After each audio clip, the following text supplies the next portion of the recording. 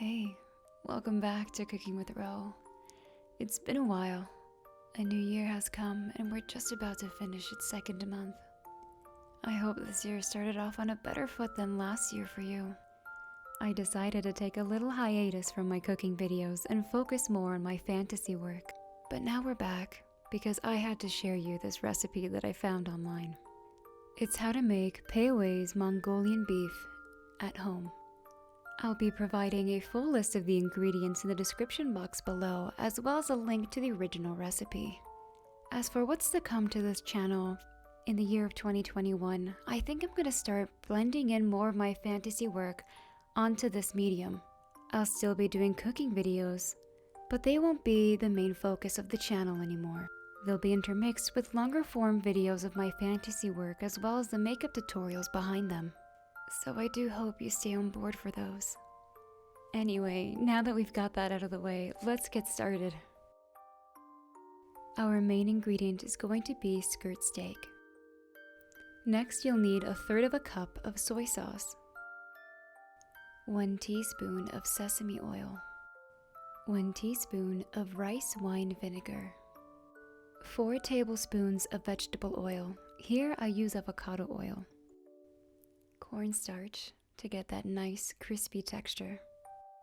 1/2 teaspoon of ginger, preferably fresh, but if you don't have any fresh on hand, ground ginger will work just fine.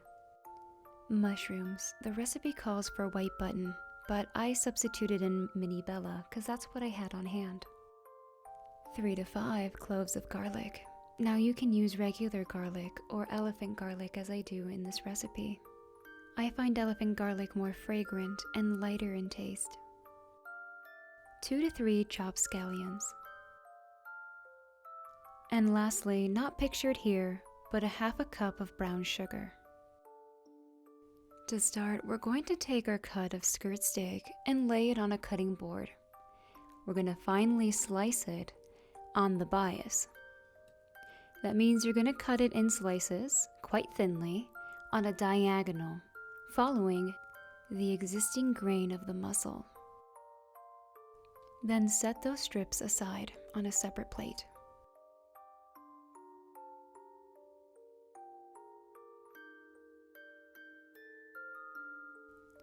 Move a few pieces back onto your cutting board. On top, we're going to layer saran wrap. Then we're going to take our meat tenderizer to pound it into uniform pieces.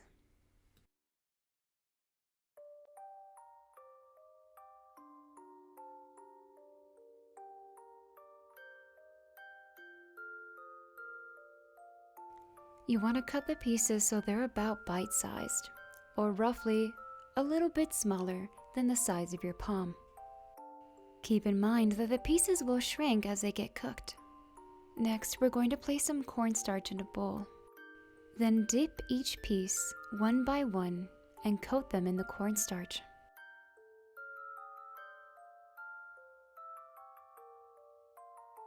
Now that all of your pieces are coated, let them rest for 10 minutes so the meat starts to absorb the cornstarch. Whilst that rests, let's cut up our veggies. We'll start by chopping the mushrooms. Now, Pei Wei quarters their mushrooms, but I prefer them sliced, so either or works just fine. Next, we chop up our scallions. I like to chop them at a slight diagonal, away from the body, and in big chunks.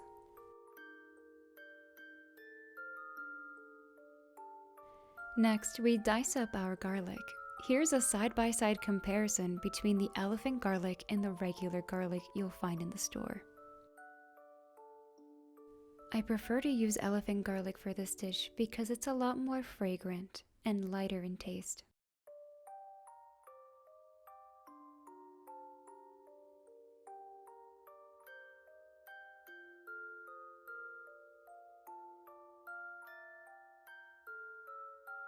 When we're oiling up our pan, we're going to use 4 parts vegetable oil to 1 part sesame oil.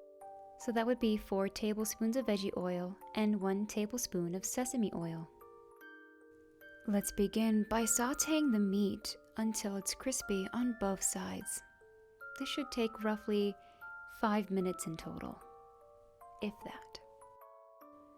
Now, in the same pan, we're going to saute the garlic and ginger for about a minute, just in time for them to get a little bit crispy.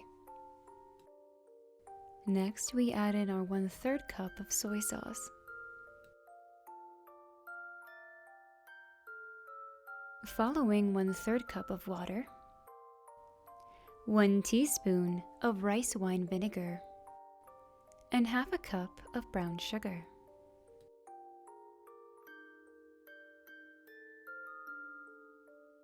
We're going to let this cook on medium-high heat until the sauce has reduced to a desired thickness. Then we're going to add in our cooked meat.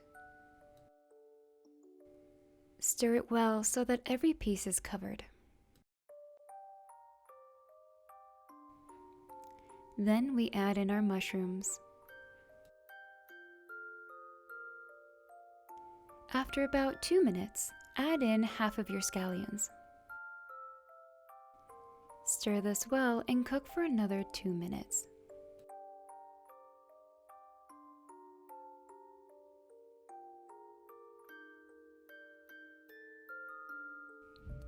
To plate your Mongolian beef, I went with the classic white rice on the side, but this also pairs well with fried rice and cauliflower rice. The last step is to garnish with the fresh scallions we saved earlier.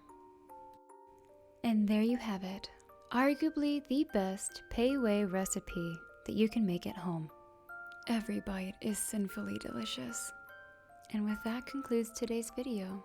Thank you for making it all the way to the end. I hope you enjoyed, and if you did, please leave a like and a comment. And do let me know what you'd like to see next. If you want to check out more of my work and why I've been on a hiatus for so long, follow me on my other social medias. On Instagram, TikTok, and Facebook at Alquatica. See you next time. Ciao.